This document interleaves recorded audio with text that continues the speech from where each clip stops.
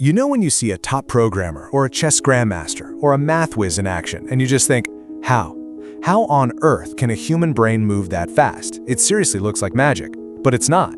It's intuition. And today, we're going to break down exactly how this lightning-fast, unconscious part of your brain works and how you can actually train it to solve some incredibly hard problems, sometimes in just seconds.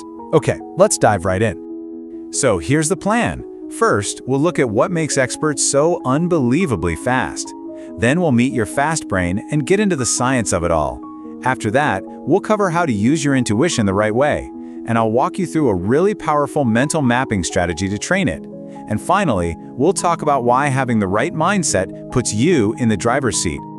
All right, part one, the speed of experts. And like the title says, it's really not magic. So let's start with that central mystery. I mean, really think about that for a second. For most of us, when we see a complex problem, our brain sort of gears up for this long, slow, difficult process, right? But for an expert, the solution just seems to appear almost instantly. What is actually going on in their brain? Well, the answer is surprisingly simple. It's like how you can instantly recognize the smell of coffee without having to think, dark roasted beans. You just know. Experts have trained their brains to do the exact same thing, but with the shape of a problem. This isn't some gift they were born with. It's a skill, and it is absolutely one that you can build. And I can actually speak to this myself. When I first got into competitive programming, I was determined to get good and get good fast. I used a specific strategy, one we're going to break down in a bit, that was designed purely to build intuition. And you know what? It worked. I managed to reach the top division of a national competition here in the US in just 3 months. It felt like unlocking a superpower, and it's exactly what we're going to explore today. Okay, section 2. Let's meet your fast brain. To really get a handle on intuition, we've got to look at the science behind it. So a great way to think about this is that your brain has two different systems. You've got your slow brain, which is what you use for conscious, deliberate reasoning, like when you're working through a tough logic puzzle. But then you have your fast brain. And this one is totally different. It's unconscious, it's effortless, and it runs entirely on recognizing patterns. This is where your intuition lives. It's that gut feeling you get, and you don't even have to switch it on. It's just there. So here's the most important thing to get. Intuition is basically your brain's super fast search engine. It's constantly asking, hey, have I seen something like this before? And if so, what worked? It scans this huge internal library of all your past experiences for similar patterns and then just serves up a suggestion. It's not inventing brand new things out of thin air. It's just recognizing old solutions in a new disguise. I think the best way to wrap your head around this is to think of intuition like it's another one of your senses. I mean, you don't consciously decide to see a chair, right? Your eyes just do it. Well, in the same way, a well-trained intuition doesn't decide to find a solution, it just smells a pattern that it recognizes, or just feels like a certain approach is the right way to go. All right, section 3, using intuition correctly. Because look, knowing what intuition is, that's one thing, but using it effectively, that's a whole different ballgame. It's really about making your fast and slow brains the best teammates they can be. And this right here is the ideal workflow. You let your fast brain, your intuition, provide that initial spark, that first idea.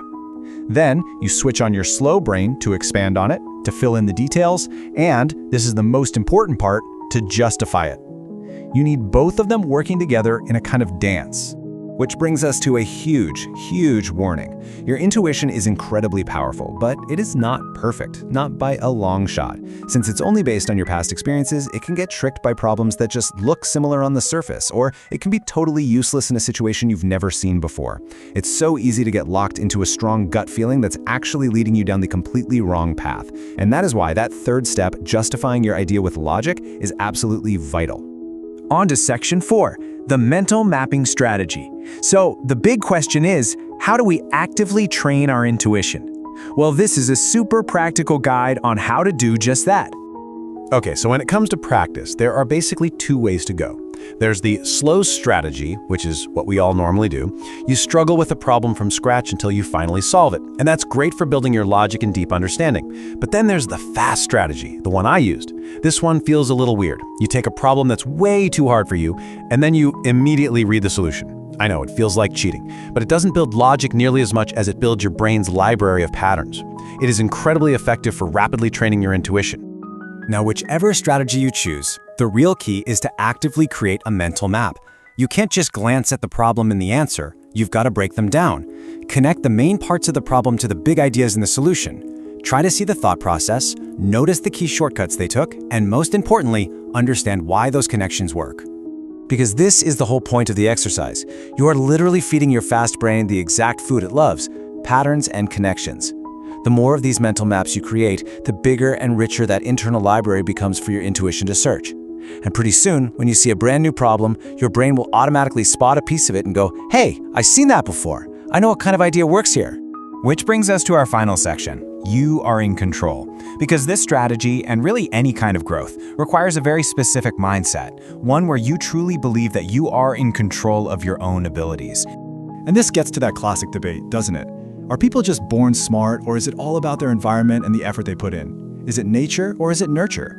Well, while genetics might play some small part, the evidence is overwhelming that nurture, your experience, is way more powerful.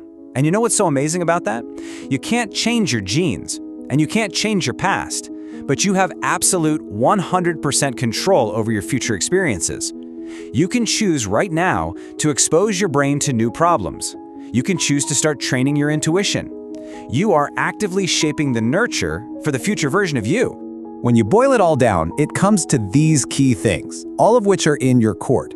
You can't change your past experience, but you can always build on it. You can find what you're passionate about because a motivated brain learns so much faster. And you can choose to do deliberate practice, like that mental mapping strategy, to actively build the skills you want to have. And that really leaves us with this final thought. If you believe your abilities are fixed, that you're just not a math person or whatever it is, then you won't do anything to change that. Why would you? But the moment you truly believe that your intelligence and your skills are in your own hands, you'll start taking action. You'll do the work. So the real question isn't whether you can build a powerful intuition, it's whether you'll believe you can, and start today.